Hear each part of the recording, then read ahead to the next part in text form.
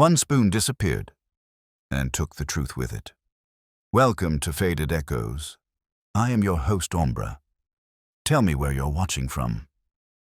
I love seeing this community connect. Your comments always brighten my day. Now, into the mystery. It was a Tuesday night in the old brownstone on West 35th, which is like saying the sun rose in the east. Fritz had served squab with chestnut stuffing and roasted fennel, and Wolfe had put away enough to satisfy a smaller man's week. I had done my duty to the cause of civilization and eaten everything that didn't crawl off the plate.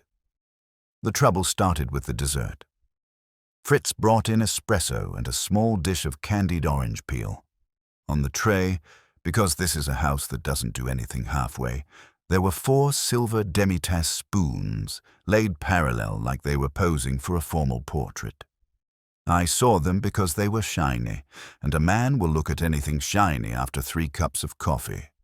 We didn't have a guest, no client, no stray millionaire, no insistent female with damp eyelashes. Just Wolfe, me, Fritz doing his ballet with the tray, and the comfortable idea that the outside world was staying where it belonged. Outside.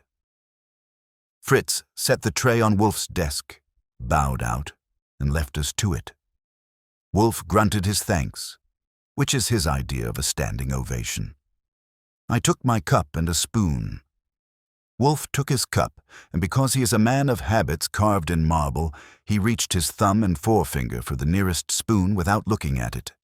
His fingers closed on air. He frowned. That, by itself, didn't ring any bells.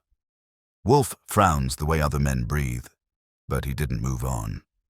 His hand hovered, opened, and felt around on the tray like a big, annoyed spider. Archie. Present, I said. There were 4 spoons. You counted? I asked. In this town there are people loose with guns, and you're inventorying flatware. He shot me a look. I shut up. When Nero Wolfe gives you one of those yellow-brown stares, you don't add any more fuel unless you want a roast. He moved the cups aside with 2 thick fingers. I could see 3 spoons lined up proper, catching the light like they'd been trained for it. 3. Not 4. All right, I said. 1 eloped. I do not tolerate levity applied to facts, Wolfe said. Fritz. He didn't raise his voice, but Fritz appeared in the doorway in under 4 seconds. That's not because Fritz is scared of Wolfe. It's because Fritz's world is made of plates and pans and shelves and routines, and when something goes wrong with any of them, he feels it in his bones. Yes, sir, Fritz said. His dark eyes dropped to the tray, and I saw the small tightening at the corners. Ah, it is not there. Apparently not, Wolfe said. You placed 4 spoons. Always 4, Fritz said. They are from the set, the little ones with the initials. I polished them before dinner. He stepped closer and peered, as if the missing item might be hiding between sugar grains. It didn't volunteer. Who has been in this room since you brought the coffee? Wolfe asked. Only myself, Fritz said. And you and Archie. And Mr. Goodwin went to answer the doorbell. I remembered that. 10 minutes before dessert, the bell had rung. I'd trotted out to see who was interfering with the digestion of the house's owner. There had been nobody on the stoop, just the usual city air and a flyer tucked in the doorframe for a dry cleaner 2 blocks over. I had tossed the flyer on the stand in the hall and come back in. I didn't bring a date back with me, I said. Ask my conscience if you don't trust me. Wolfe ignored that. The front door? Closed and latched, I said. I checked. You know how it is. I live in terror that a stranger will wander in and try to hire you. He made a noise halfway between a snort and a sigh. Fritz, you're certain? Fritz straightened his shoulders. I put 4 spoons. I know the balance of the tray in my hands. I feel it. I would swear on anything you choose, Mr. Wolfe. You need not. Wolfe leaned back in his chair. The frown hadn't dissolved. It had gone narrower and deeper, which is the Wolfe equivalent of sirens and flashing lights. One spoon has been removed from this room in the last 15 minutes. I spread my hands. So, maybe it joined a circus. What's one spoon more or less in the great march of time? That was when he did the thing that really got my attention. He didn't answer. He just sat and looked at the bare spot on the tray as if it had insulted his ancestry. I've seen Nero Wolfe with a bullet hole in the wall 6 inches over his left ear. I've seen him with a dead body on the rug in front of his desk. I've seen him confronted with tax notices, reporters, and committees. He has one standard expression for all of that: irritated endurance. This was different. This was personal. Fritz's fingers twisted in front of his apron. "They are from the old set, Mr. Wolfe," he said. "You remember, from the gentleman with the cases of Burgundy." "Yes," Wolfe said shortly. "Leave us, Fritz. Do not remove the tray." Fritz gave me a helpless look on his way out. I didn't return it. I was busy trying to match the weight of one spoon against the bulk of Nero Wolfe's temper, and not coming up even. "All right," I said, when the door had closed behind Fritz. "If this is the part where you reveal that the spoon was hollow and full of diamonds, I'm ready." "The spoon," Wolfe said, "is not valuable." "Then why?" I said politely. "Do you look like someone rewrote your dictionary?" "The spoons are part of an 11-piece set," he said. "It was originally 12. One was lost a decade ago. I've maintained the remaining 11 in order, in the second drawer of the left-hand dining room sideboard. Fritz uses them only for coffee or cordial in the evenings." "Well, now you've got a matched pair of orphans," I said. 2 missing, 10 remaining. You can adjust the drawer. We'll plant flowers." "You're not stupid," he said. "Restrain your mouth. Think.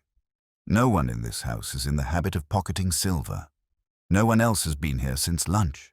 The front door is locked, windows are latched, and yet, in the interval between Fritz's placing the tray and our notice of it, a small object has disappeared from under my nose." He put his hands on the chair arms. "I do not consent to that. I'll admit it. That put a little shiver down my spine. Wolfe isn't a man who talks about control. He just exerts it. The brownstone is his universe, and the office is the throne room. The idea that a stranger could stroll in and alter so much as the position of a paperclip without his knowledge offended him on a level that went deeper than the silver drawer. "Suppose Fritz miscounted," I said, "because somebody had to play defense for sanity." "Suppose the moon is made of veal kidneys," Wolfe said. "I will inquire. Ring the bell." I pulled the cord. When Fritz came back in, Wolfe questioned him again, with a patience that made Fritz more nervous than shouting would have. The upshot didn't change. 4 spoons, set on the tray in the kitchen, carried in, placed on the tray in front of Wolfe. Nobody had touched the tray but Fritz. Nobody had taken anything from it. "Very well," Wolfe said. "You may go. Leave the second drawer of the left-hand sideboard as it is. You're not to touch it." Fritz said, "Yes, sir," in a tone usually reserved for last confessions, and left. I leaned back and crossed my legs. So this is what they call a perfect crime. How are we on alibis? Because personally, I was busy eating dessert, which I can prove. "Fie." Wolfe drummed his fingers once on the arm. "You have made 3 trips to the door since 6 o'clock. "Sure," I said. "Mail, milk bottles, and your fan club." "Don't tell me it was the milkman." "The last time," he said, "you were gone longer than necessary to observe an empty stoop." "Longer by what?" I asked. 10 seconds. Are we down to timing it by my pulse rate? He shut his eyes. When he opened them again, they had cooled off a little. "It isn't the spoon." "Glad to hear it," I said. "For a minute I thought we were filing a missing utensil report." "It's the trespass," he said. "An intrusion into my house, into this room, executed deftly and without noise. Either by someone who knows our routines intimately, or someone with audacity enough to improvise. Someone who felt free to test me, Mr. Goodwin." "Test you?" I repeated. "Yes. His lips compressed. The spoon is an experiment, a probe, and I'm not a laboratory rat. That did it. Whatever else you can say about Nero Wolfe, when he decides a thing is personal, you might as well get your hat. The world is about to undergo adjustment. All right, I said. So we've got an intruder with a silver fetish and a sense of humor. What now?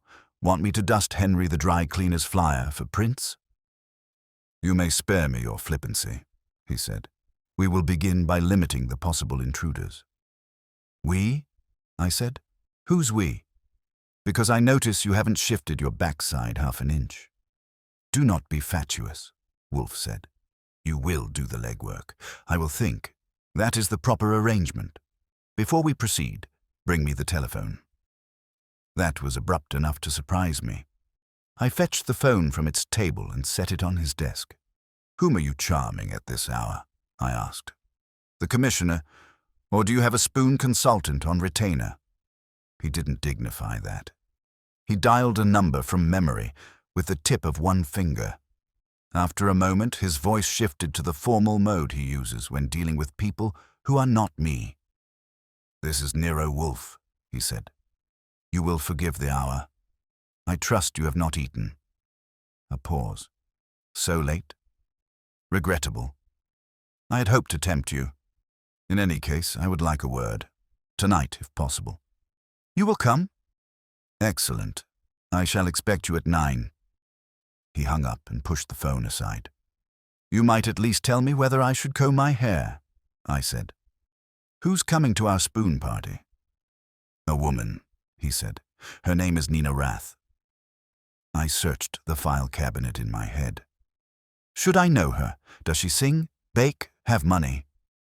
She's a partner in an agency, Wolfe said. Public relations, promotion, and whatnot. She has been here twice before, on business connected with a client of hers whom I declined to assist. And you're inviting her now because, he said, this afternoon at 4 o'clock, she telephoned to ask for an appointment. I declined. She sounded discouraged, dissatisfied. She insisted that there was pressure upon her, that she was being made a scapegoat, and that she needed me to disentangle it. I told her that I am not an employment counselor. She reminded me that she had sent 6 cases to me in the past 2 years, of which 4 had resulted in fees. I whistled softly. And you turned her down anyway? You must have been in a mood. I will choose my own clients, he said. However, she mentioned one more detail. She has reason to believe that someone in her office has had this room under observation, that she herself, he glanced at the empty spot on the tray, has been under observation through her association with me. I straightened. She thinks someone's been watching the brownstone, like a stakeout? So she asserted. And you didn't mention that. I did not accept her case, he said. It was unnecessary. Unnecessary? I stared. And now? He looked at the tray. Now, he said, it is no longer unnecessary.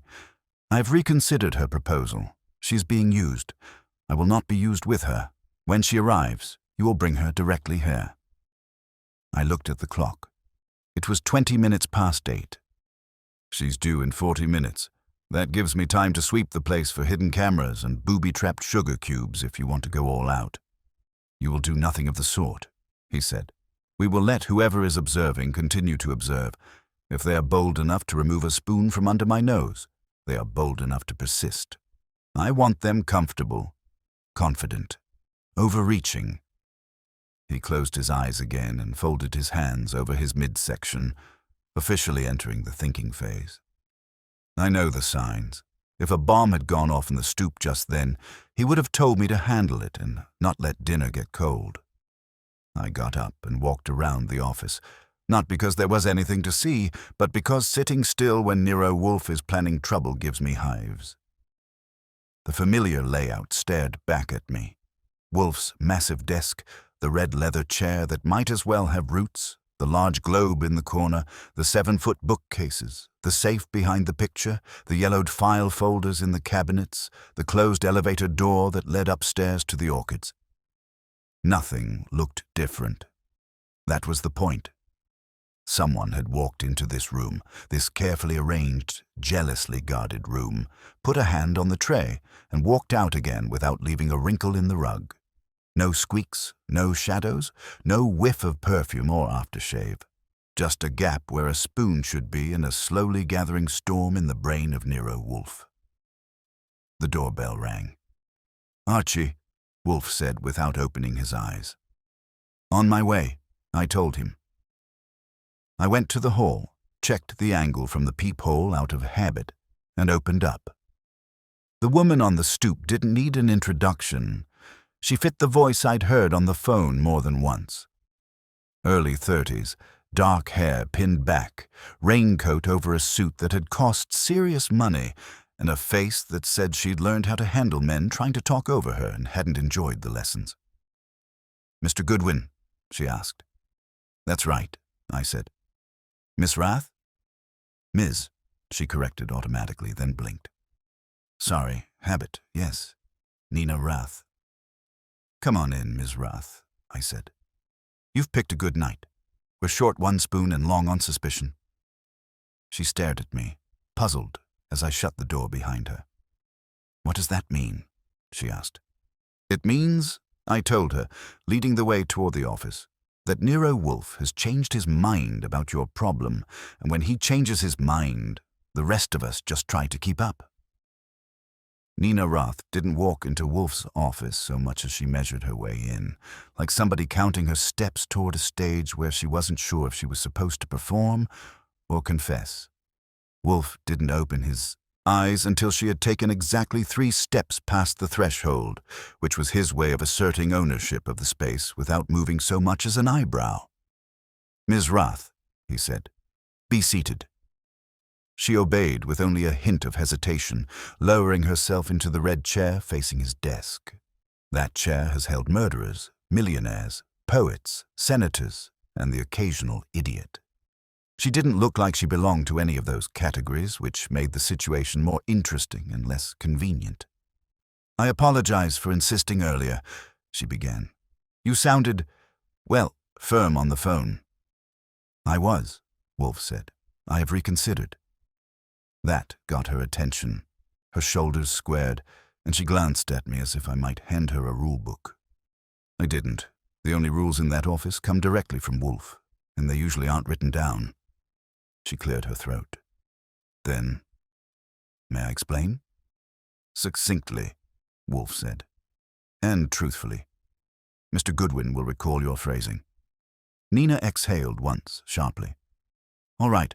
2 weeks ago, something changed at my agency. People began acting strange. Not hostile, not openly, just tense, watchful. One of our senior partners, Howard Keenan, accused me of leaking client strategy to a competitor. I hadn't. But the accusation spread quietly. The kind that sinks its teeth in before you hear it coming. Wolfe opened his eyes fully for the first time since she'd entered. "And you connected this to me?" "Not at first," she said. "But then Keenan hinted he had evidence, proof that I'd mishandled a confidential file involving a client you once consulted for. He said the information had reached you improperly, and that he could demonstrate it." Wolfe's lips compressed. He is not fond of insinuations, especially those that drag him into petty office politics. "I recall that client. I recall declining involvement." "Yes," Nina said. "I told Keenan that. He didn't care. He kept implying someone had been monitoring my communications with you, that I'd been careless." I leaned on the corner of Wolfe's desk. "Monitoring how? Phone taps? Email snooping? Crystal ball?" "That's the problem," she said. "Nothing specific. Just threats wrapped in hints. And then last Friday I came into my office and found that files in my locked drawer had been shifted. Not stolen, just moved, precisely, as if someone had wanted me to see they'd been touched. That made me straighten. There are coincidences, and then there are patterns wearing neon signs, a shifted file, a missing spoon. Same subtle method, same message. I can reach you, and you can't stop me. Wolfe steepled his fingers. Describe what was altered. A blue folder on the left side of my drawer, she said. It had been pulled out half an inch and a note was tucked behind it. No message, just blank paper. A tease, Wolfe muttered. A tickle. So I panicked, Nina admitted. I thought, if this has something to do with you, with someone trying to intimidate me through you, then I should warn you. I shouldn't drag you into something without your knowing the details. You telephoned, Wolfe said. I dismissed you, she nodded. And then yesterday I found something else.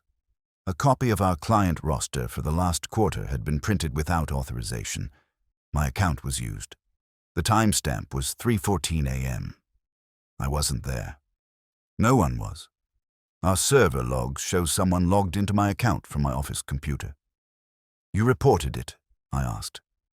To Keenan first. That was a mistake.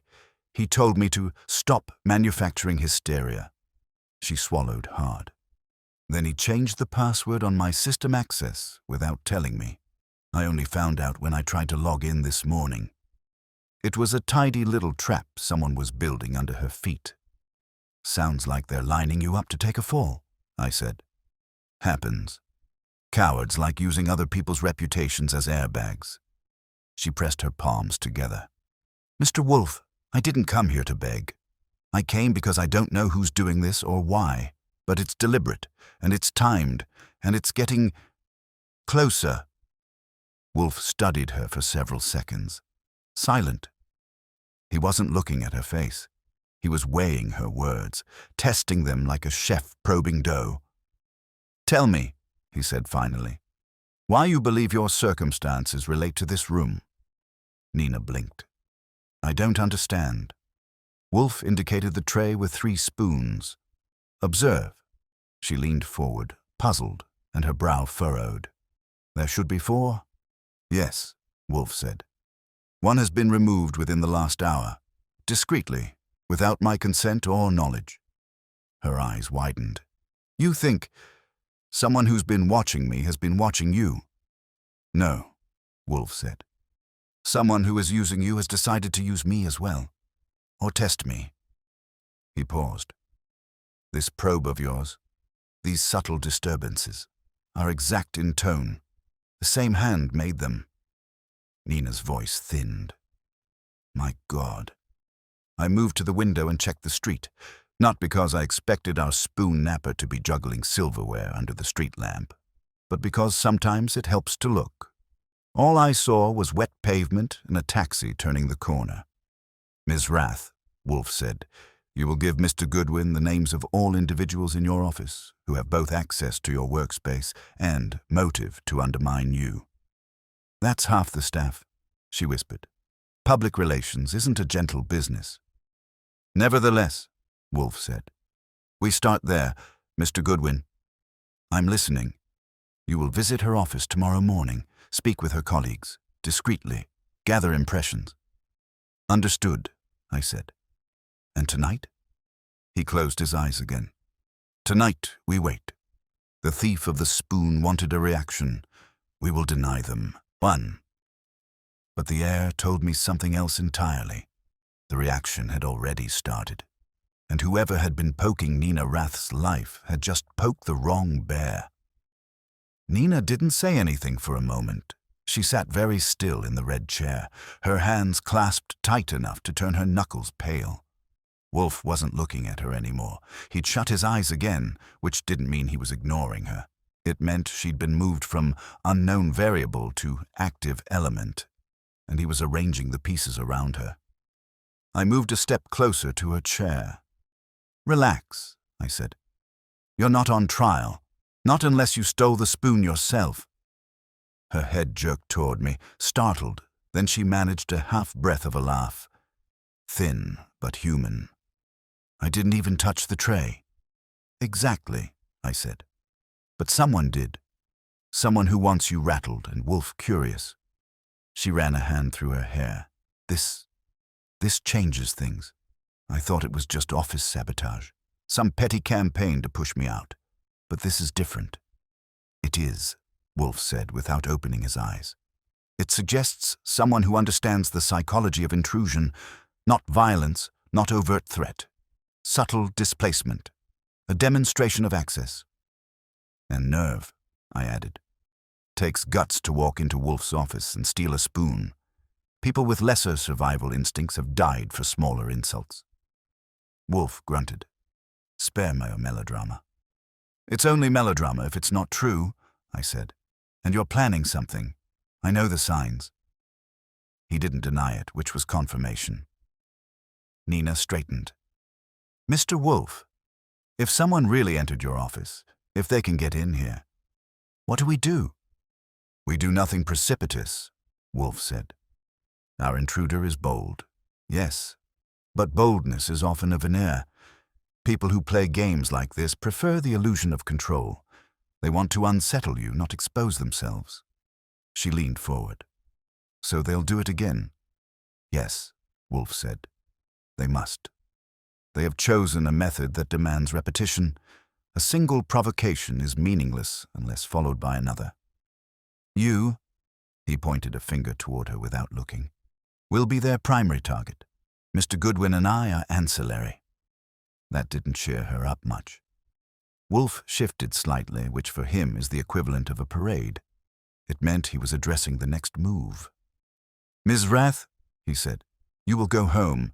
You will behave as if this visit to me was disappointing and unproductive. You will not discuss it with anyone at your agency. But they'll ask, she said. Keenan knows I spoke with you. He'll want to know if you agreed to help. You will tell him the truth, Wolfe said. I declined. She blinked. But you didn't decline. You just said...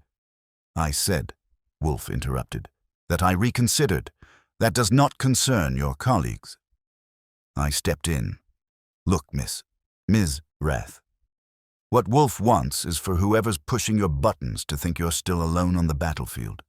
They think you're isolated, outsiders, vulnerable, and they act bolder when they think their target is cornered. She looked from me to Wolfe. But isn't that dangerous? Life is dangerous, Wolfe said. Being uninformed is fatal. Nina took a long breath, then nodded. All right, I'll act the part. But what about you? My situation, Wolfe said, is mine to manage. Mr. Goodwin will accompany you to your door and then return. We will reconvene in the morning. I raised an eyebrow. Wolfe doesn't usually send me on escort duty unless there's a risk, or unless he wants eyes on someone without admitting he's worried. You want me to walk her home? Yes, Wolfe said. And you will look. Look at what? I asked. That, he said, is for you to determine. Which was Wolfe's version of telling me to use my head, my eyes, and my shoes, preferably in that order. Nina rose slowly, her expression somewhere between gratitude and dread. Thank you, Mr. Wolfe. I'm not yet certain you should, he said dryly. Mr. Goodwin, her coat. I fetched it. When she slipped her arms into the sleeves, I noticed a tremor she was trying to hide. Not fear, exactly. More like someone who had spent the last week dodging shadows and finally saw one move. We stepped into the hall. Before I closed the office door, I glanced back. Wolfe was sitting exactly as he had been, eyes shut again, hands folded. But I could tell by the tension in his jaw that he wasn't drifting toward sleep. He was waiting, thinking, drawing lines between dots no one else saw yet. Outside, the night was cold enough to make a point. Nina stood a little too close to me on the stoop, scanning the dark sidewalk like she expected someone to rise from a sewer grate. Relax, I said. If someone's watching, they're keeping their distance. People who play mind games don't usually jump out of bushes. That's supposed to make me feel better? It's the best I've got. We walked west. Her building was a 10-minute walk, shorter if you weren't escorting someone who flinched at passing headlights. I kept my pace casual, but my eyes were busy. The street wasn't deserted. A couple arguing half a block up, an old man walking a dog with better posture than he had, and one parked car with a driver smoking behind rolled-up windows. 3 times I saw Nina glance back. The 3rd time, she froze. "What?" I asked. I thought someone turned the corner behind us." I looked. Someone had, but it was a woman walking fast, heels clacking, head down. Nothing suspicious unless she had a spoon-shaped bulge in her coat. "You're tense," I said quietly. "That's natural. But paranoia's only helpful when it's right." She didn't answer. She just unlocked her building's lobby door and stepped inside. "Call Wolfe if anything's disturbed," I told her. "Anything, even if your shoelaces look tied differently." She managed a tired smile. "I will." I waited until she'd boarded the elevator, watched the doors close, then turned back toward the street. The night felt different now. Not dangerous, just aware. Like someone had quietly redirected the city's attention onto us. When I returned to the brownstone, Wolfe didn't open his eyes when I entered the office. "Well?" he asked. "No tales," I said. "Nothing obvious. But she's rattled." He opened his eyes then, slowly. "She will be more rattled tomorrow." "Why?" "Because whoever is orchestrating these intrusions will not rest tonight," Wolfe said. "They have escalated. They will continue." He looked at the empty spot on the tray again. "And so," he murmured, "will we?" Wolfe sent me to bed early, which is his tactful way of saying he didn't want my voice interfering with the conversation he was having with himself. I didn't argue. When Wolfe is in deep think mode, the atmosphere in the brownstone tightens like it's holding its breath. You can practically hear the furniture listening. But I wasn't sleeping. I spent half the night staring at the ceiling, replaying the walk with Nina, the empty sidewalks, the lit windows, the smoking driver in the parked car. Nothing had happened, but that was the part that bothered me. If you're being toyed with, silence is just another move. By 6 the next morning, I gave up on pretending to rest and headed downstairs. Fritz was already in the kitchen, whisking something yellow and fragrant with the grim focus of a man who takes breakfast personally. I poured myself coffee and checked the back door locks. Old habit. Only one lock on the planet can be trusted completely, and even it squeaks sometimes. Fritz glanced at me. "You're up early, Archie?" "Couldn't sleep. We're in the middle of a spoon war." He winced. "Please do not joke.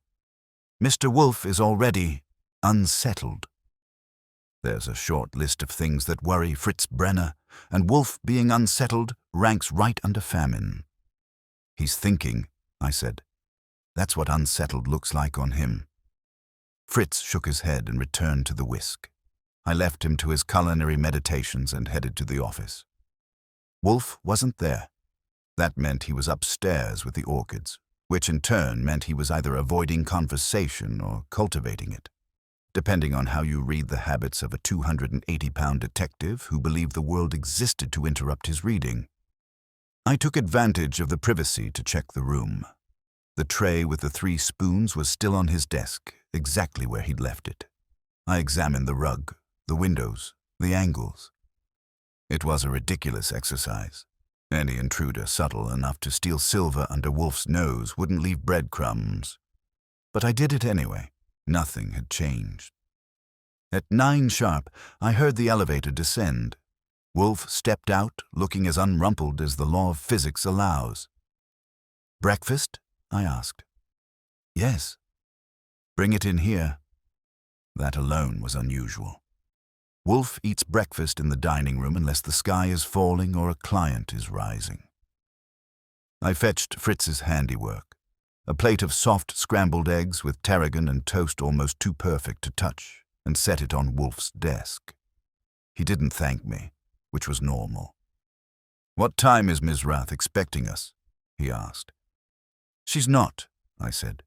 You told her to go to work like nothing happened. Precisely, he said, and we will follow her. That pulled me up short. We? You're coming out? Into New York? Into traffic? Wolfe, are you fevered? I will not exit this house, he said sharply, but we will follow her progress. Through you. That's more like it, I said. So you want me to shadow her? Quietly? He gave me a look. I assume you can manage quiet. I can manage anything except boredom and spoons that vanish without explanation. Wolfe took a slow bite of eggs, chewed thoroughly, and swallowed like he was negotiating terms with his stomach. You will arrive at her agency before she does. Observe the premises, the entrances, the temperament of the place. And the people. Yes, he said. Assess their reactions to Miss Rath's arrival. Some will be indifferent, one will not. Because they'll think she's coming undone? I asked. Because they will be alert to the results of last night's experiment, Wolfe said. Trespassers take pleasure in watching their work unfold. He wasn't wrong. I dealt with saboteurs before, criminals who didn't want to kill, steal, or destroy, but simply tilt the world under someone's feet. They were the worst kind of pests because they relied on doubt instead of evidence. I left at 9:30, giving myself half an hour to reach Nina's office on East 53rd. The streets were waking up fast.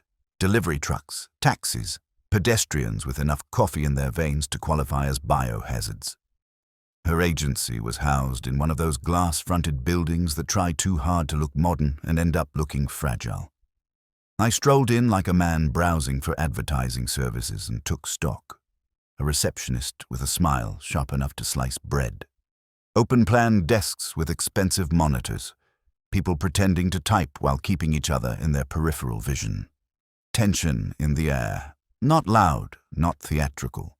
Just a quiet hum, like the city was charging them for oxygen.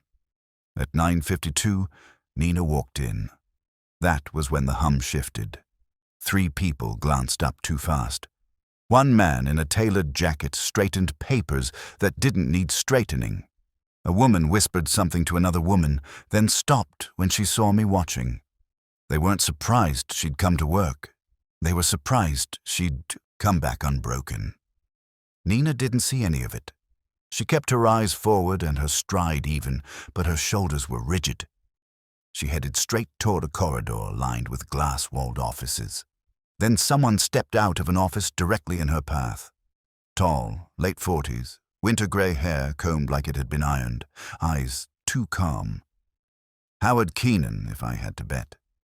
"Nina," he said. "A word?" She froze. "I have work to do, Howard. This won't take long." His tone was mild, but the mildness made her tense. He gestured toward his office. She went in. He closed the door. The room had glass walls, which was great for people like me who enjoy watching things unfold. Their voices were muted, but their faces weren't.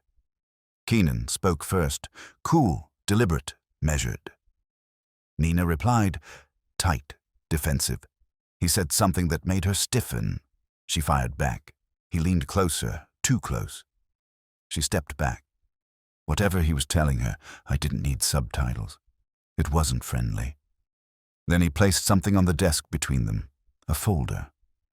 She stared at it. A moment later, she pushed it back and shook her head. He smiled. Not a kind smile, a smile that said, "Checkmate is inevitable." She stormed out of the office, nearly colliding with me. Her face was pale. Too pale. "Archie," she whispered, I need to get out of here." "What happened?" I asked. She swallowed.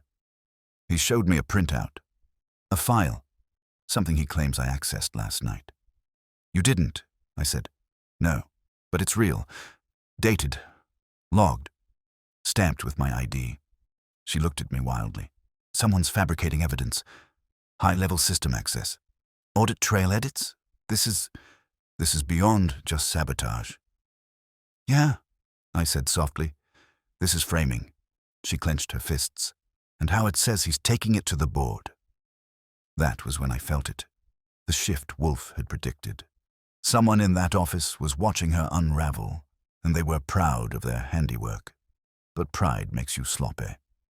And I had just spotted the sloppy part.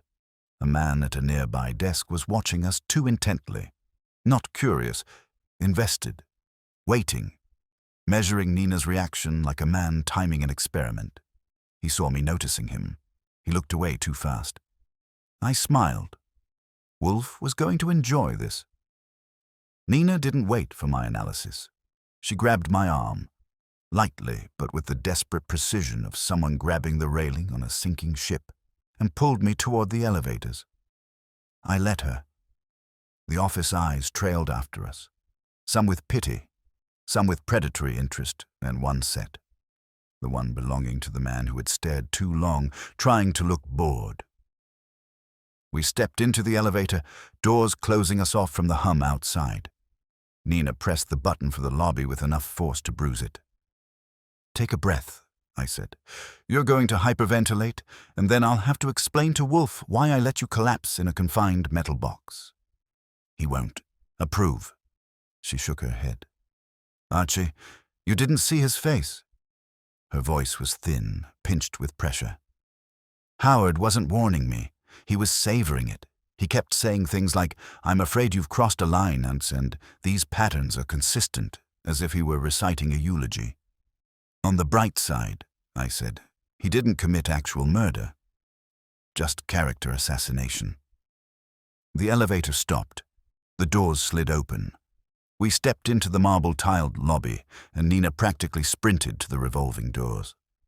I followed, making sure she didn't get sandwiched between momentum and glass. Outside, the street roared with the mid-morning rush. Taxis battling buses, pedestrians battling each other. New York has a talent for swallowing personal crises whole. Nina managed half a block before she slowed, sucked in air, and pressed a hand to her temple. "He's framing me," she said. "He's preparing the board to fire me. No, worse, he wants to ruin me professionally." "Which is why we're not going to let him," I said. "Now, about that man who was observing you so hard he nearly sprained his eyeballs. Know him?" she thought. "Gray suit, glasses, short hair?" "That's the one." "Evan Marwell," she said. "Junior analyst. New, smart but awkward. He's not important." "Awkward's a matter of context," I said. "He looked pretty coordinated when he was monitoring your meltdown like a scientist checking a thermometer." She blinked. "Evan? No, he's harmless." "Uh-huh," I said. "That's what most people say before they discover their accountant is running a Ponzi scheme." She looked up at me sharply. "Do you really think he's involved?" "I think he's a variable," I said. "And I think Wolfe will want him examined under a microscope." She exhaled shakily. "I can't go back in there today." "You're not," I said. "You're coming with me." "Where?" "Back to the brownstone," I said. "Wolfe's going to want fresh intel, and I'd hate to be the one to tell him you fainted in a taxi." Her mouth twitched, almost a smile. "You're impossible." "Only professionally. For personal criticism, try between 6 and 7 p.m. A taxi pulled over. I opened the door. She got in. I followed, and we rode across town in silence, broken only by the occasional honking symphony. When the brownstone came into view, Nina sat up straighter, bracing herself. She wasn't ready to face Wolfe's questions, but she didn't have the luxury of choosing her interrogator. Fate had already assigned her one. As soon as we stepped through the front door, I called out, "We're back." Wolfe's voice floated from the office. "Bring her in." He didn't sound impatient. He sounded prepared. Nina hesitated only a fraction before walking in. Wolfe was in his chair, no surprise there, and the tray with its 3 spoons was still on the desk, like a silent witness. Without preamble, Wolfe asked, "Your morning?" She stopped in front of his desk. "Mr. Keenan confronted me," she said. "He showed me a fabricated access log. He claims I retrieved a confidential file at 3:14 this morning. I didn't.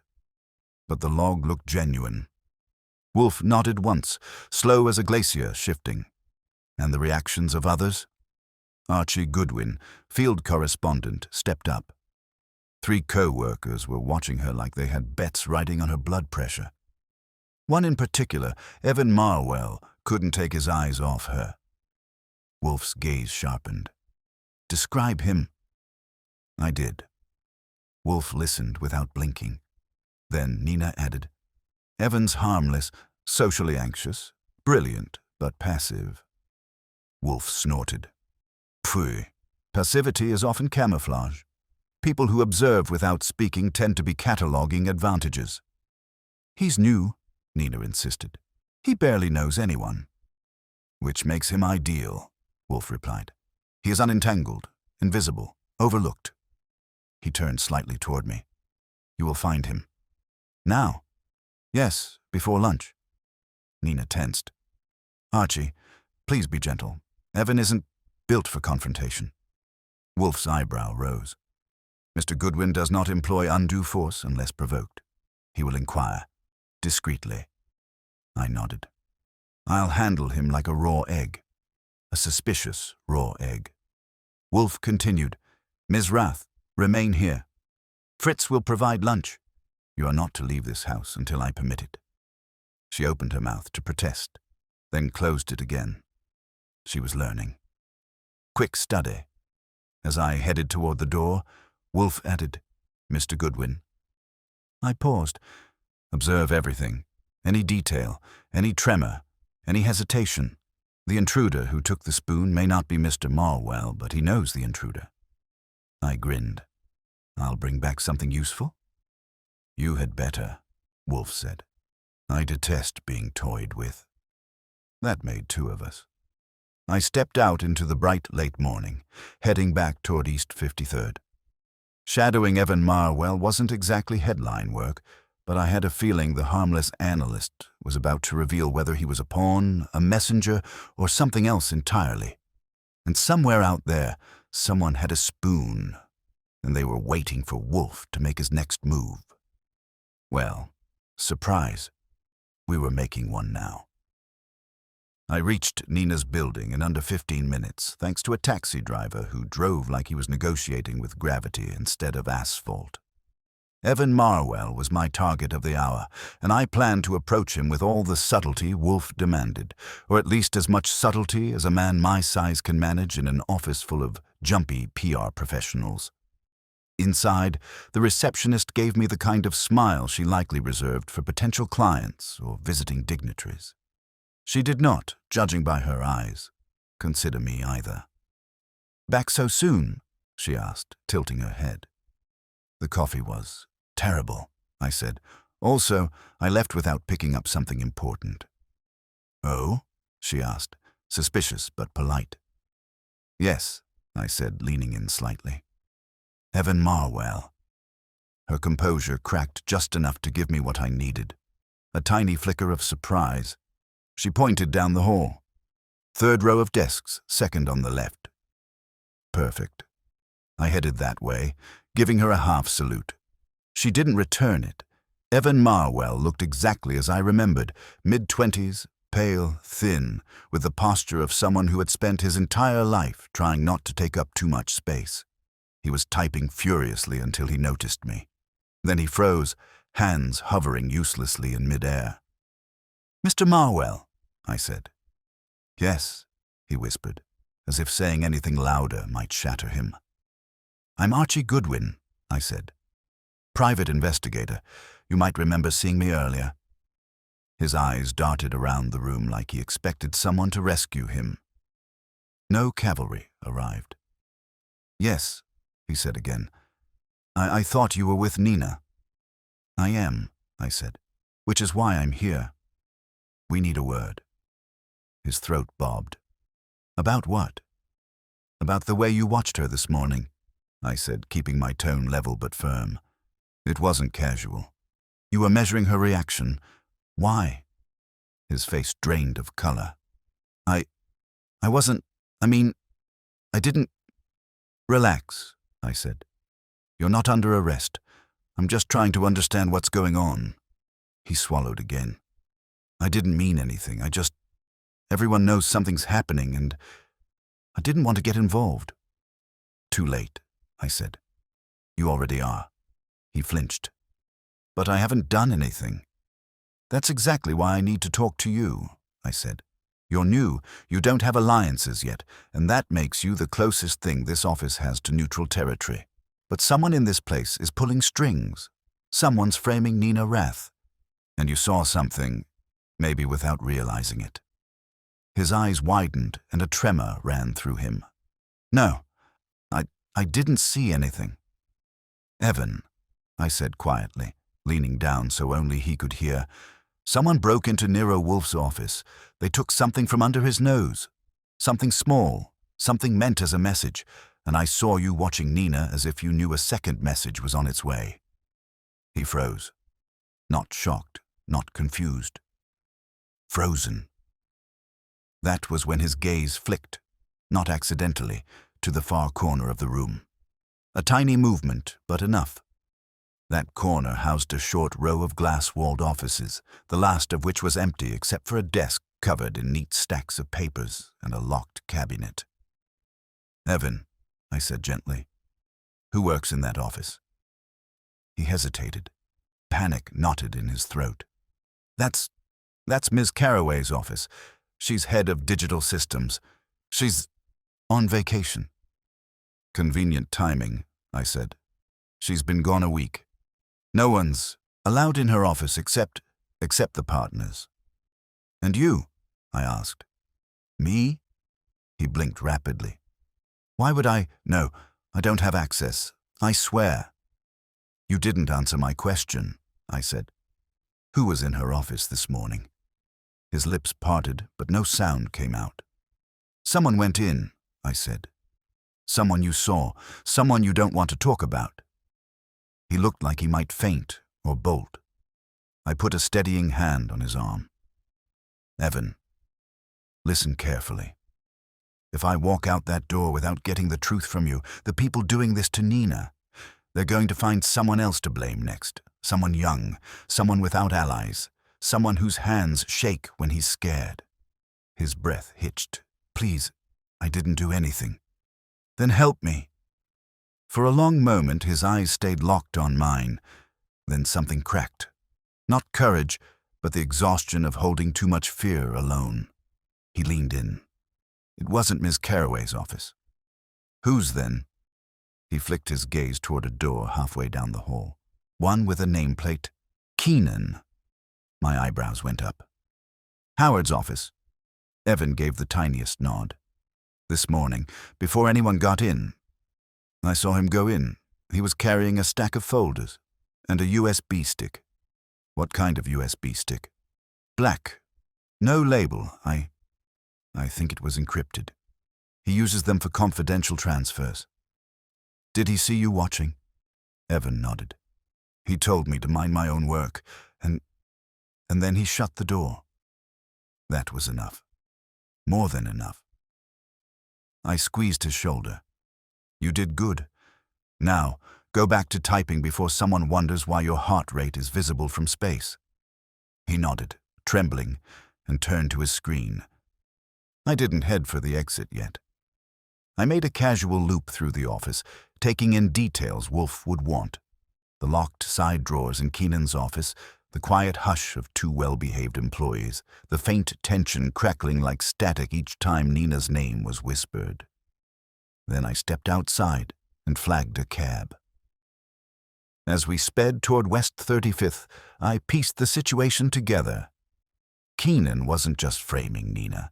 He was manufacturing evidence in the dark hours, using access he shouldn't have had, and timing it with surgical precision. But why? Power, jealousy, revenge, or something else entirely? When I reached the brownstone, Wolfe was exactly where I'd left him, with the tray, the 3 spoons, and a look of profound, silent deduction. I stepped inside and said, "We've got our fox." Wolfe opened his eyes. And, I added, he's been in more rooms than Nina's. Wolfe's expression sharpened a fraction, which for him is the equivalent of a thunderclap. "Report," he said. And for the first time since the spoon vanished, I saw something in his face that looked like satisfaction. Our intruder had made a mistake, and Wolfe was ready to pounce. I gave Wolfe the full rundown, Evan's panic, the stolen glances. Keenan slipping into Ms. Carraway's locked office before dawn with a stack of documents and a black encrypted USB drive. I didn't embellish. Wolfe gets irritated when I add seasoning to the facts before he's tasted them. When I finished, Wolfe didn't speak. He shut his eyes and breathed, long and slow. If you've never watched Wolfe listen to information he likes, it's something to see. His entire bulk settles, his shoulders ease a quarter inch, and his lips go from granite to something faintly resembling flesh. It's the closest he gets to smiling before the ambush is ready. Nina, who had been sitting near the bookshelf trying not to shred the napkin Fritz gave her, looked up at Wolfe, hopefully. Does this mean something? Is this good? It is something, Wolfe said. Whether it is good remains to be seen. I leaned against the desk. Keenan was in an office he shouldn't have access to. That office belongs to the woman responsible for the agency's system infrastructure, which means anything falsified, any tampering with logs or digital trails, would be easiest from her environment. Wolfe opened one eye. Correct. And, I continued, he was carrying an encrypted USB, which means he wasn't fetching office gossip. He was doing something that needed cover. Your flair for the obvious, Archie, continues to impress, Wolfe said. Thank you, I said. I don't get enough praise. Nina swallowed. So Howard is framing me. He's planting things. Not merely planting, Wolfe said. Cultivating. This is not spontaneous. It is planned, deliberate, and it is intended not merely to remove you from the agency, but to destroy any credibility you might retain afterward. Nina's hands tightened into fists on her lap. Why? What did I ever do to him? Wolfe didn't answer immediately. He raised a finger instead. Before we approach motive, Ms. Rath, we must consider a more foundational question. She stiffened. Which is? Why involve me? Wolfe asked. That landed like the sound of a drawer slamming shut. She blinked. Because I called you. Because I used to send clients to you. No. Wolfe shook his head. Your relationship with me is professional, sporadic, peripheral. Someone wanted me implicated. Someone wanted me to observe your unraveling. They wanted me aware and reactive. Nina's voice lowered. Reactive how? They wanted to provoke me, Wolfe said. The spoon was not random. It was a message, an invitation. Whoever is orchestrating this is confident enough to walk into my house, touch my property, and leave without a trace. They wanted to demonstrate their reach. They wanted me tangled in your predicament. Nina blinked rapidly, shaking her head. That doesn't make sense. Why would they want you involved? You don't even know them. That, Wolfe said, is precisely why. They want the appearance of impartiality, of inevitability. They want their sabotage to appear so flawless that even Nero Wolfe cannot untangle it. Well, I said, that's a mistake they're going to regret. Wolfe shot me a sideways look but didn't disagree. Nina leaned forward, bewildered and frightened. So, what do? We continue, Wolfe said. Mr. Goodwin will return to your office later today. Not to observe Keenan, he will be cautious now, but to study the physical environment and the habits of the building. I frowned. Meaning what? Meaning, Wolfe said patiently. Someone infiltrated this house without detection. If they can do so here, they can certainly enter a commercial office after hours. You will inspect for signs of forced entry, tampered locks, or unauthorized system access. And if I find nothing, I asked. Then, Wolfe said, you will find something else. Nina exhaled shakily. What about me? What am I supposed to do? You, Ms. Rath, Wolfe said, will remain here. Protected. Invisible to me. Keenan must believe you are still vulnerable, but not gone. If he suspects you are under my wing, he may be spurred into further action." "That sounds dangerous," she whispered. "Everything about this is dangerous," Wolfe said calmly. "But it is more dangerous to flee. Predators do not chase the lion. They chase the wounded deer." Nina shuddered, but she nodded. Fritz appeared discreetly at the door just then, announcing lunch with a modest flourish. Wolfe waved him in.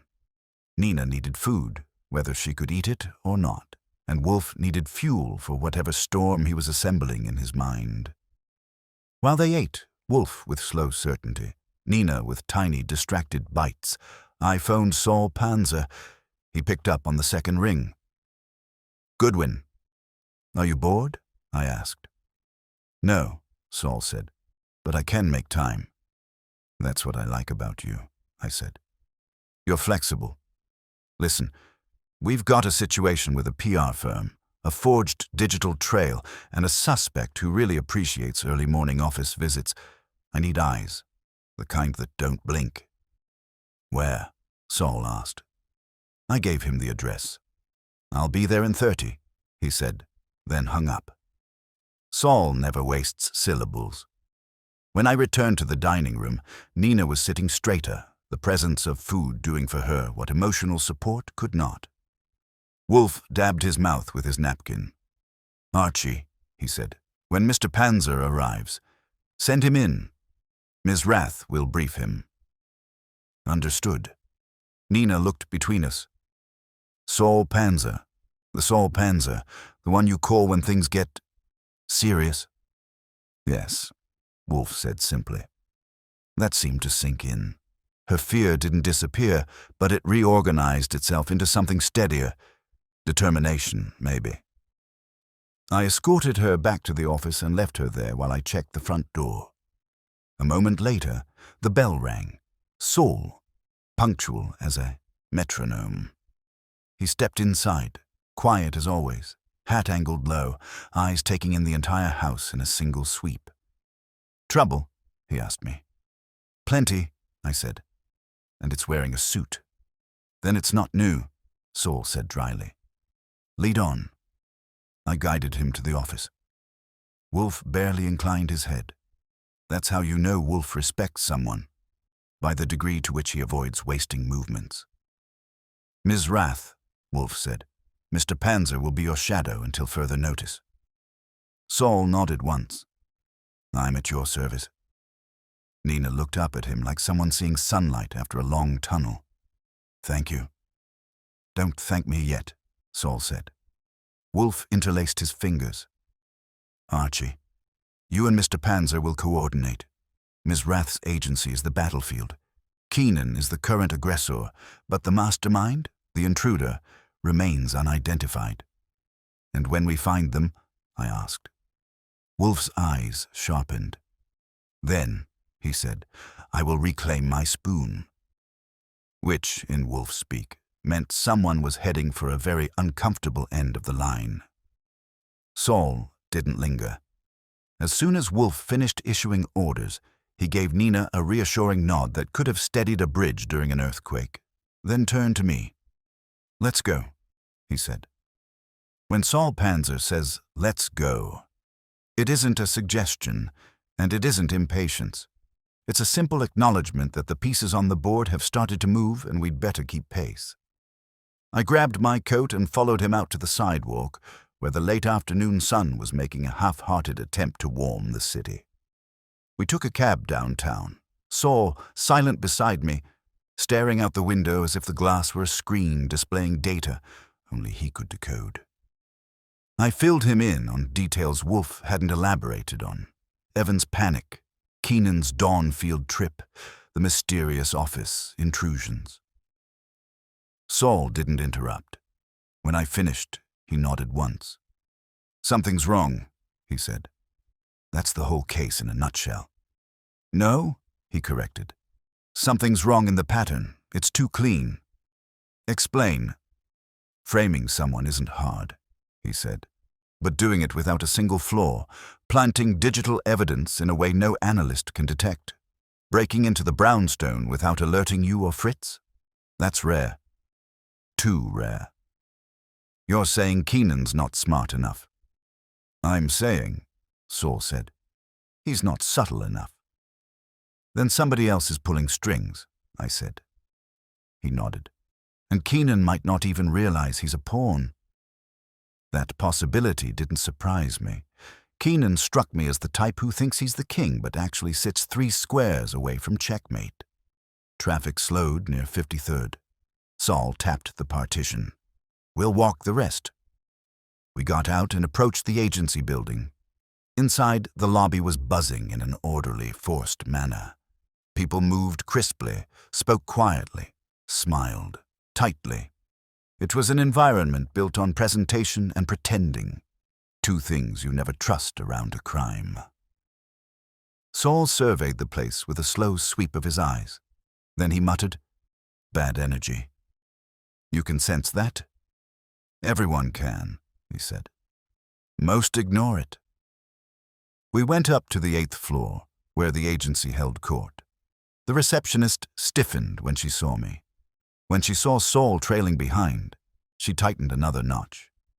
"May I help you?" she asked, the words stretched thin. "Just browsing," I said. Back for a second look. Saul didn't speak. He just looked at her for a full 2 seconds. The receptionist's posture wilted. "If you need anything, let me know." We walked past like 2 tourists who'd just been upgraded to first class by glaring. The office environment hadn't improved. If anything, the tension was thicker. People whispered behind cubicle walls, traded quick glances, buried themselves in screens. "Subtle," Saul murmured. "What is?" "Fear. They're all afraid of the same thing." "Keenan?" "Not exactly." Saul paused, studying the scuffed carpet in front of Ms. Carroway's locked office. "They're afraid of being wrong." I didn't get a chance to respond because a voice drifted down the hallway, deep, composed, and belonging to the man of the hour. Howard Keenan emerged from his office, carrying a leather portfolio. The moment he spotted me, his eyes narrowed. Not in surprise, but in irritation, like I'd returned a dish he'd already seasoned. "Mr. Goodwin, this is a workplace. I assume you don't have an appointment." "No appointment," I said. "Just curiosity." "Curiosity," he said flatly, "belongs in museums." Saul stepped forward. Not aggressively, just enough to be noticed. "Mr. Keenan." Keenan looked at Saul and froze, as if he'd just spotted a rattlesnake wearing a business suit. "You're Panzer," Keenan said, an involuntary edge in his voice. "That's right," Saul said. "You have no business here." "That remains to be seen," Saul replied. Keenan sucked in a breath. "I'm extremely busy. Whatever fiction Nina Rath has enlisted you to explore, it won't change the fact that she has breached security protocols." "About that," I said, "the falsified access logs." Keenan bristled. "There is nothing falsified. Our systems don't fabricate timestamps." "No," Saul said calmly. "But people do." Keenan's jaw tightened. "If you gentlemen are done playing detective—" He tried to brush past us, but Saul stepped slightly to the left, just enough to force Keenan to slow down. Not block him. Just delay him. Panic flickered behind Keenan's eyes, too fast for most people to catch, but Saul and I caught it. When Keenan disappeared around the corner, Saul turned to me. "He's scared." I noticed, but scared of what? "Not us," Saul said. "If he were afraid of being caught, he wouldn't have confronted you. He's afraid of something happening too soon." "Meaning?" "Meaning," Saul said. "Someone else is working on a timeline, and Keenan is trying to stay ahead of it." We surveyed the area again. Saul knelt discreetly, running a fingertip along the edge of Miss Carroway's office door. When he stood, he looked irritated. "Picked," he whispered. "Cleanly." "The lock?" "No, the logs. The reader." He pointed to the keypad. "Someone removed its internal sensor. That means they could enter without triggering the system. Who could do that?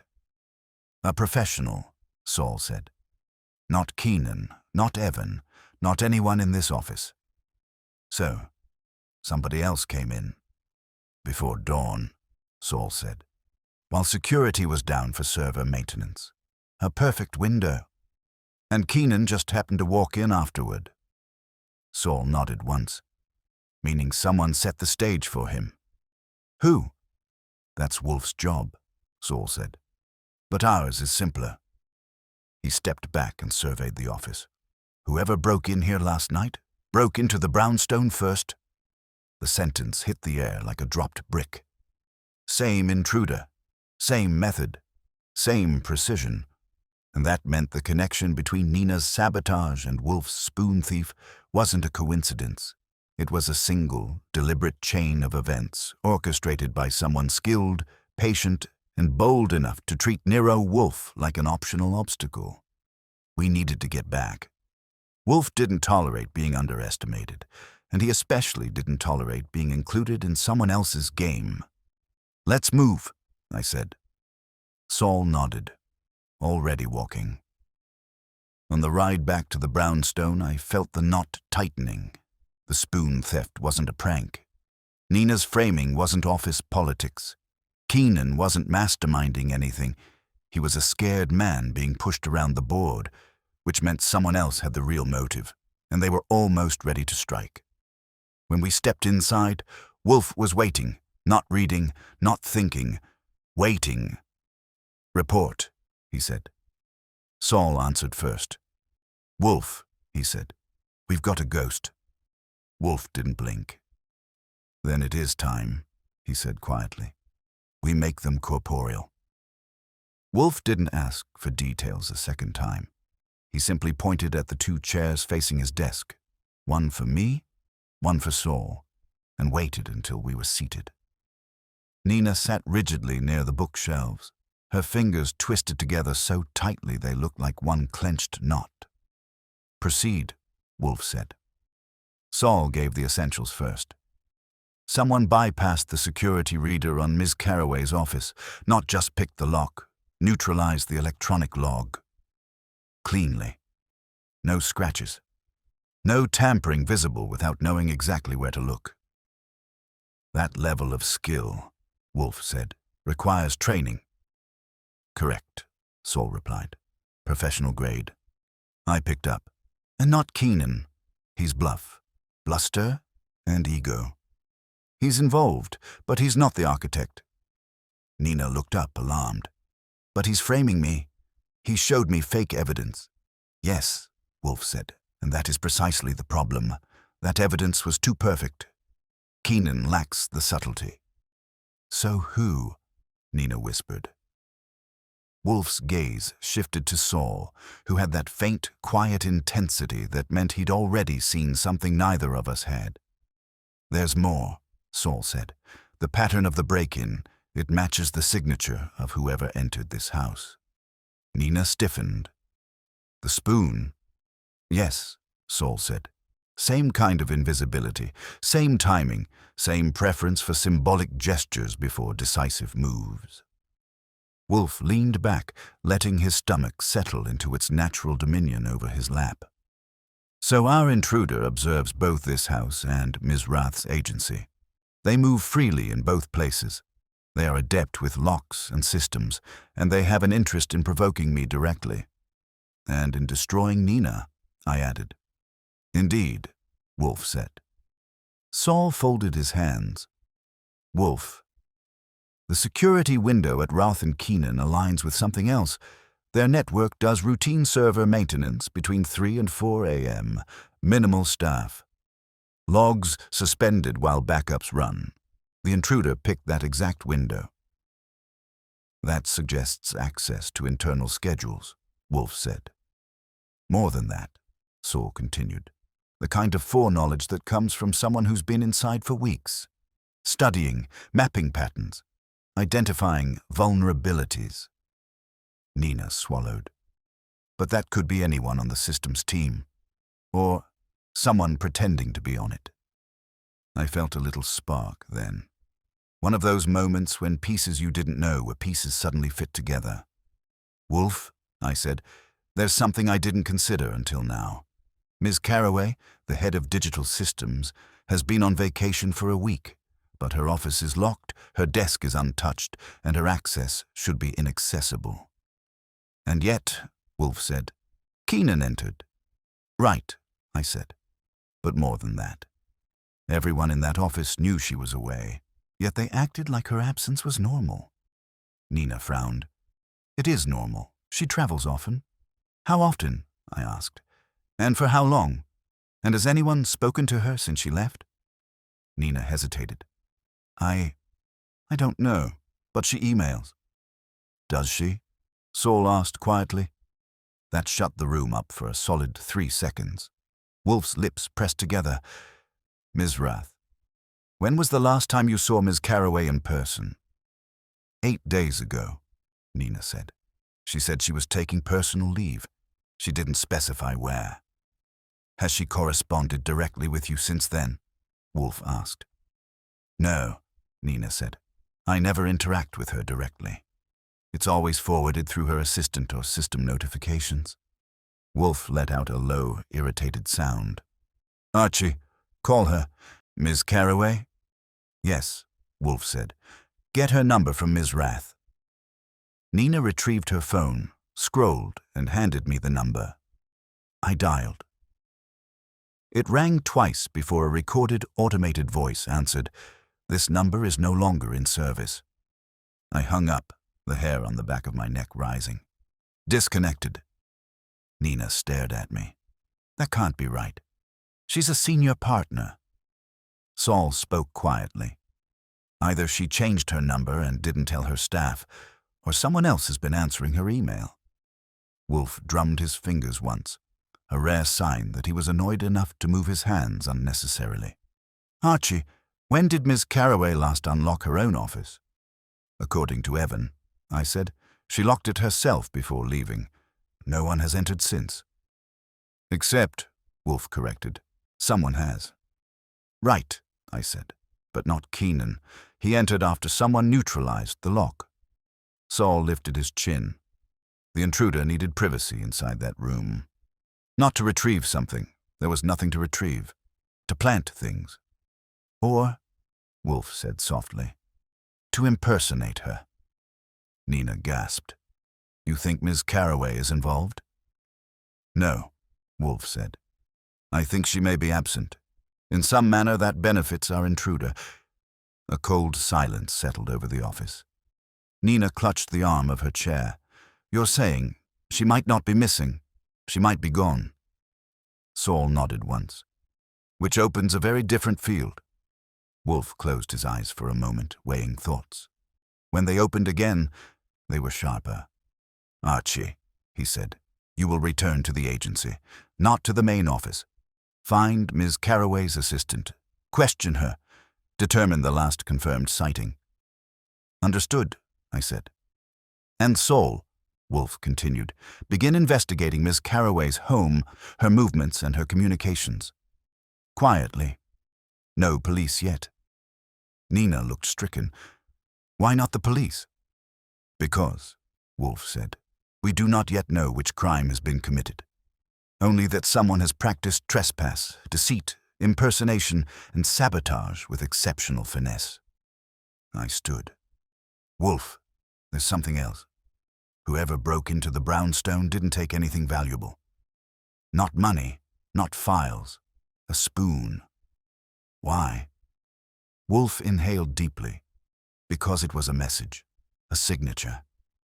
They wanted to show me they were close enough to touch my world without disturbing it." He pointed at Nina. "And close enough to destroy hers." His voice dropped. "We are no longer dealing with a saboteur. We are dealing with a strategist." The implications hung in the air like a pending storm. I grabbed my coat. Wolfe called after me. "Archie, be cautious. Our adversary has already demonstrated that they can enter any room they choose." "Sure," I said, giving him a grin I didn't quite feel. "But they haven't entered a room with me in it yet." Behind me, I heard Wolfe mutter, "Pfui," which was his way of wishing me luck. I was halfway down the block before the real weight hit me. If Ms. Carraway's disappearance was connected, then the spoon was only the beginning, and we were running out of time before the intruder made their next move. When Wolfe summons people, they come, whether from guilt, fear, curiosity, or the hypnotic force of his invitations. By 7 that evening, everyone connected to the mess had arrived at the brownstone. Keenan, stiff as a poker, Evan Marwell, trembling like a leaf trying to impersonate a leafless tree, Ms. Carraway's assistant, grey-faced and wary, and 2 other agency executives who had the haunted expressions of men who show up to a meeting unsure whether it's strategic planning or a firing squad. Nina sat closest to Wolfe, her nerves wound tight but holding. Saul stood near the window, hands folded behind him, the human version of a silent tripwire. And I, as customary, stood against the wall to Wolfe's right, ready to deliver a verbal kick if any attendee grew bold enough to need one. Wolfe surveyed the room with heavy-lidded disdain. "We will begin," he said. "I abhor ceremony, so I shall be plain." That earned him every eye in the room. "A week ago," Wolfe continued, "Ms. Carraway informed her staff she would take personal leave. Since then, she has not been seen, has not used her telephone, has not responded to direct communication, and has, per her assistant, failed to collect travel reimbursements she submitted the day before she departed." A stir moved through the room. Keenan shifted in his seat, Wolfe's gaze fixed on him. "Mr. Keenan, your indignation this morning toward Ms. Rath was theatrical but clumsy. You presented her with falsified log entries of her system access at 3:14 a.m. The precision of the forgeries exceeds your competence." Keenan's face reddened. "How dare you?" "Sit," Wolfe said without raising his voice. Keenan sat. "Those forgeries," Wolfe went on, "required deep system access, the kind only Ms. Carraway possessed. But her office security was bypassed during server maintenance, not by her and not by you. Someone neutralized the lock's recording mechanism, someone who has expertise with digital systems and physical entry, someone who used Ms. Carraway's absence as cover." His eyes went to the assistant. She flinched. I never touched her office. "I told you." "Indeed," Wolfe said. "You didn't. But you noticed something, and you lacked the courage or clarity to articulate it." The assistant stared at him, confused. "When Ms. Carraway left," Wolfe said, "what was her mood?" The assistant hesitated. "Upset," but she didn't say why. "And," Wolfe said, "2 nights later, you received an email from her account saying she was extending her leave." "Yes," she whispered. "And what did you find odd about it?" Tears welled. It wasn't written like her. She never used exclamation points. She hates them." A murmur swept through the room. Wolfe leaned back. "Ms. Carraway never wrote that message. It was sent by the intruder, to maintain the illusion of her continuing presence and allow her office to be used without raising suspicion." Evan Marwell abruptly covered his mouth with his hands. He had finally caught up. Keenan, cornered, lashed out. "This is baseless. You have no proof Carraway didn't write that email." Wolfe gave him a glacial look. "If we needed proof, Mr. Keenan, Saul Panzer obtained it an hour ago." Saul produced a printout from his coat pocket. Ms. Carraway's phone was found in a locker at a transit station. No luggage, no ticket. She didn't leave New York. Someone made her leave her devices behind. Nina inhaled sharply. Wolfe's voice dropped. "Ms. Carraway is not missing. She is concealed. And someone in this room knows where she is." That froze the room like nitrogen. Wolfe let the silence stretch. Then he addressed the quietest man present. "Mr. Marwell." Evan jolted like someone had slapped him. "You are observant," Wolfe said. "Painfully so. You noticed things others ignored. You watched Nina this morning because you already knew the sabotage was progressing. You knew Ms. Carraway was gone, and you knew Keenan was being used." Evan shook his head. "No, I I didn't. But you did, Wolfe said, not unkindly. Because you were the one Miss Carroway confided in. Dead silence. Evan's eyes filled with tears. She didn't trust anyone else, Wolfe continued. She suspected someone had breached her systems. She suspected she was being watched. She told you, and she was right. Nina whispered. Evan. Evan broke. It was her brother, he blurted. Carroway's brother, Liam. He's brilliant, but unstable. He thought the agency stole credit for projects she created. He blamed Keenan. He blamed everyone. He hacked the system. He said he'd set things right. Wolfe nodded. Go on. He forced her to leave, Evan sobbed. He wanted her out of the way so he could sabotage her office, use her credentials, frame Nina. He said Nina's team cost Carroway a promotion last year. He thought destroying her would avenge his sister. And the spoon? I asked. Evan wiped his face. Liam said if he could get into the office of the great Nero Wolfe, he could get into anywhere. He wanted to taunt you, to prove he was untouchable. Wolfe made a low, disdainful sound. Phooey, a child's vanity.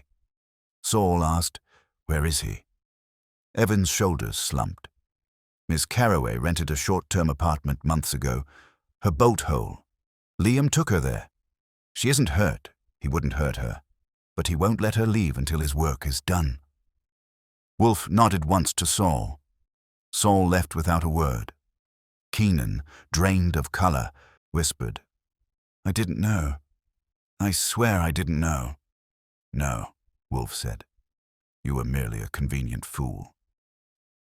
The meeting dissolved after that, each person leaving with their dignity varying from intact to irretrievably shattered. When the door finally closed, Wolfe sighed. Archie, phone the precinct. They'll need Panzer's location report. Done, I said. And remove that tray, Wolfe added.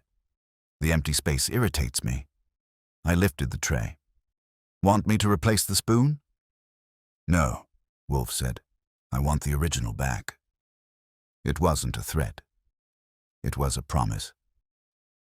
Later that night, after Saul delivered Ms. Carroway safely home and Liam into police custody, Wolfe sat behind his desk with a glass of beer and the missing spoon, which Saul had retrieved from Liam's coat pocket. I said, You know, Wolfe, for someone who calls human behavior predictable, you sure get surprised a lot. Wolfe ran a thumb along the recovered spoon.